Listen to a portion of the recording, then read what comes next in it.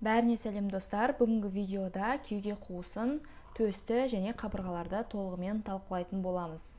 Кеуде қуысы кавеа тракатис деп аталады. Бұл алдыңғы және артқы көрінісі. Алдыңғы беті, алдыңғы жағы бізде төстен және де қабырғалардың шеміршектерінен тұрады. Ал артқы беті бізде омыртқалардан және қабырғалардың басы, мойны және мына орналасқан бұрышына дейінгі аралықта алып жатады. Ал бүйір қапталы бізде осы бұрышынан шеміршегіне дейінгі қабырғаның бөліктерін алып жатады. Төс сүйегі. Төс сүйегі 3 бөліктен тұрады. Тұтқасы манибриум стерни, денесі корпус стерни және семсер тәрізді өсіндісі процессус ксифоидеус. Тұтқасы бізде жалпақ болып келеді, және де оның жоғарғы бөлімінде қолмен ұстағанда сезілетін мойындырық тілігі инцизура югулярис орналасқан. Ал бүйір қапталдарында бізде бұғана сүйегінің төстік ұшымен байланысатын тілік инцизура клавикулярис орналасқан. Одан төмен бірінші қабырғалық тілік инцизура косталис 1 орналасқан. Екінші қабырғалық тілік бізде тұтқасы мен денесінің ортасында орналасқан. Тұтқасы мен денесінің ортасында бізде екеуі байланысқан кезде кішкене бұрыш жасап байлансады, оны ангулюс стерни деп атаймыз. Денесі корпус стерни. Бұл жерде 3-ші, 4-ші, 5-ші, 6-ші және 7-ші қабырғалық тіліктер орналасқан. Инцизура косталис. Және де ол бізде ұзын, енсіз болып келеді, әлсін-әлсін көрінетін линия трансверсаларды байқаймыз. Семсер тәрізді өсіндісі процессус ксифоидеус сыртқы пішіні өзгермелі болып келеді. Қабырғалар косталис. Қабырғалардың сыртқы бетін дөңестеу келген және ішкі ойыстау бетін ажыратамыз. Қабырғаның басы капут косты, мойны колюм косты және бұрышы ангулюс косты, денесі корпус костыны ажыратамыз. Омыртқалық ұшы және шеміршектік ұшы болады. Омыртқалық ұшында басы орналасады, капут косты. Екінші және 10-ші қабырғалардың арасында басында криста капитис косты, яғни қырқасы болады. Ол қырқа омыртқа басын 2 буындық бетке бөледі, жоғарғы және төменгі буындық беттер. Бұл буындық беттер омыртқаның денесінің бүйір бетінде орналасқан қабырғалық шұңқырмен беттесіп буын құрайтын болады.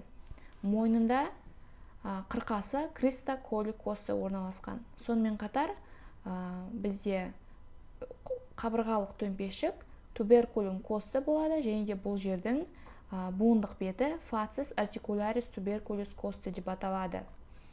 Бұл бізде омыртқаның көлденең өсіндісінің қабырғалық шұңқырымен беттесіп буын құрайтын болады. Ал бұл жерде кеуде қуысына қараған беті орналасқан. Бұл жердің ерекшелігі бізде қабырғалардың төменгі жиегінің бойымен жүлге өткен сулькус косты деп аталады.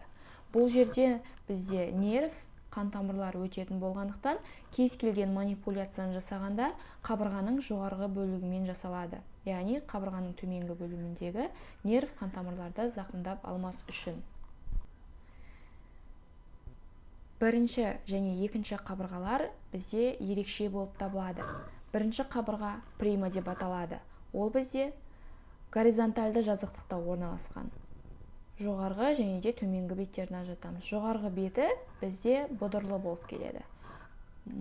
Басы капут косты, мойны колюм косты, туберкулюм косты орналасқан. Және бұның ерекшелігі бұл жерде алдыңғы сатылы бұлшық еттің төмпешігі туберкулюм мускулюс скалени антериор орналасқан. Оның алдында бұғана астылық венаның жүлгесі сулькус вена субклявия орналасқан. Ал төмпешіктің артында бұғана астылық артерияның жүлгесі sulcus arteria subclavia орналасқан. Екінші қабырға. Екінші қабырғаның ерекшелігі ол бізде горизонтальды және сагитальды жазықтықтың арасында орналасқан. Және де сыртқы бетінде тісшелі алдыңғы бұлшықеттің бұдыры tuberositas musculus serrati anterior орналасқан. Бұл жерде қабырға мен омыртқаның бір-біріне қатынасы көрсетілген. Жаңа айтқан буындық бет, қабырғаның басындағы буындық бет, денесінің бүйір бетінде орналасқан қабырғалық шұңқырмен буын құрайды. Ал мына жерде орналасқан төмпешіктің буындық беті омыртқаның көлденең өсіндісінің қабырғалық шұңқырмен беттесіп буын құрайтын болады. Қабырғалардың шеміршектік ұшы картилаго касталис деп аталады. Олар сүйектің тікелей жалғасы болып табылады. Бірінші және жетінші қабырғалардың шеміршектік ұштары төс сүйегімен тікелей байланысқандықтан оларды нағыз қабырғалар деп атаймыз. Вера косты. 8 және 10 қабырғалар бізде бір-бірімен бірігіп барып төс сүйегіне қосылғандықтан оларды жалған қабырғалар vera pura деп атаймыз. 11 және 12 қабырғалар олар бізде төс сүйегімен байланыспайды және құрсақтың бұлшықеттерінің арасында қалғандықтан оларды коста флюктуанус, яғни қозғалмалы қабырғалар деп атаймыз.